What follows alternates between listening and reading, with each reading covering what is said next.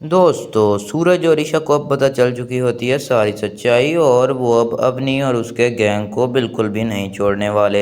सूरज को सिर्फ ईशा ये कहती है कि मुझे मेरा पहले वाला सूरज लौटा दो और चाहे तुम अच्छे काम करते हो और दादा भाई हो, लेकिन लोग तुमसे प्यार तो करते हैं। मुझे ये सब बिल्कुल पसंद नहीं है कि तुम किसी पर भी गुंडागर्दी करो। सूरज कहता है, ईशा जी, मैं पहले जैसा बिल्कुल भी नहीं बन सकता, क्योंकि मुझे अब इंसाफ करना है लोगों के साथ, और ताकि कोई भी लोगों के साथ नाइंसाफ़ी ना कर सके और हमेशा लोग खुश रहें।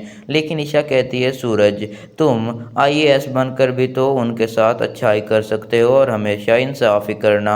लेकिन फिर सूरज कहता है कि मुझे फिर लोगों के नीचे दबकर रहना पड़ता है, और जिस वजह से मैं बिल्कुल भी इंसाफ नहीं कर पाता, क्योंकि मैंने खुद देखा है पैसे के आगे ही सब झुकते हैं और पैसे की ही चलती है। जब ईशा ये बात सुनती है तो वो सूरज को कहती है कि सूरज, तुम एक बार मेरी बात मान कर तो देखो, तुम्हें क्या पता कि क्या है इस दुनिया में, और सब कुछ ही पैसे के ऊपर नहीं चलता। अब वो मिनिस्टर साहब को नुकसान पहुंचाना चाहती है होने वाले फेस्टिवल में, और वो एक बहुत ही बड़े गैंग का हिस्सा है। जब सूरज ये बात सुनता है तो वो कहता है कि ईशा जी, मैं आपका साथ तो ज़रूर दूंगा इसमें, लेकिन मैं कभी भी अब पुलिस वाला नहीं बनने वाला, क्योंकि मुझे आप पर तो फ़ख्र है कि आप एक पुलिस ऑफिसर हैं और अपनी ज़िम्मेदारी बखूबी निभा रही हैं। लेकिन मैं कभी भी एक पुलिस वाला नहीं बन सकता, क्योंकि अब मुझे नफ़रत है इस निज़ाम से और उन लोगों से जो इसके नीचे दबे हुए हैं, क्योंकि वो बेचारे ना खुद कुछ कर पाते हैं और ना ही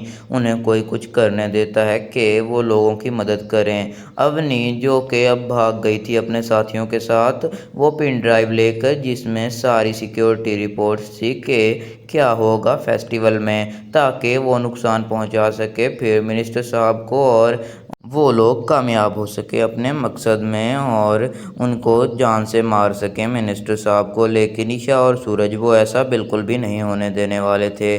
चाहे सूरज अब पुलिस ऑफिसर नहीं था और ना ही वो बनना चाहता था पुलिस ऑफिसर, लेकिन वो ऐसा बिल्कुल भी नहीं होने देने वाला, और वो ईशा के साथ जाएगा ताकि अवनी को पकड़वा सके और फिर उसे अरेस्ट करवा सके। वो दोनों जैसे ही अवनी को ढूंढने जाते हैं, और दूसरी तरफ बंटी, जिसको अवनी दिख जाती है, और वो सूरज को कॉल करके बताता है कि अवनी यहीं पर हमारे इलाके में ही घूम रही है और पता नहीं उसके साथ कुछ गुंडे भी हैं। सूरज भाई, मैं जा रहा हूँ अवनी को पकड़ने, और अगर आपके पास टाइम हो तो जल्दी आइएगा, क्योंकि मैं अकेला उनसे नहीं निपट सकता। जब ये बात सुनता है सूरज तो वो कहता है, तुम्हें कोई ज़रूरत भी नहीं है वहाँ जाने की, क्या पता उनके पास गन्स हों और वो कितने लोग हैं। तो वो कहता है, दादा भाई, आपके लिए मैं अपनी जान भी कुर्बान कर सकता हूँ, और ये कौन सी बात है।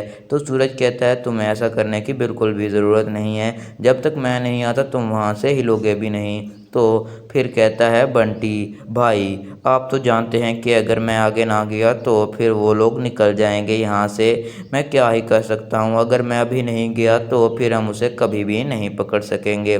जब सूरज ये बात सुनता है तो वो कहता है, ये मेरा ऑर्डर है, तुम वहाँ से हिलोगे भी नहीं। लेकिन बंटी, जो जानता था कि अगर अभी निकल गई अपनी वहाँ से तो फिर वो उनके हाथ बिल्कुल भी नहीं आने वाली, और जिस वजह से बंटी अब पीछे नहीं हटने वाला था।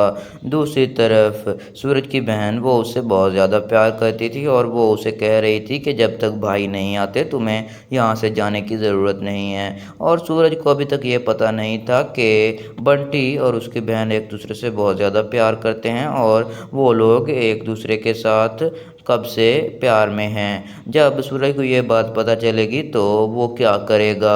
दूसरी तरफ ईशा और सूरज जाते हैं फ़ौरन बंटी के बताए हुए एड्रेस पर। जैसे ही वो वहाँ पर पहुँचते हैं तो ना ही बंटी वहाँ होता है और ना ही अवनी और कोई लोग।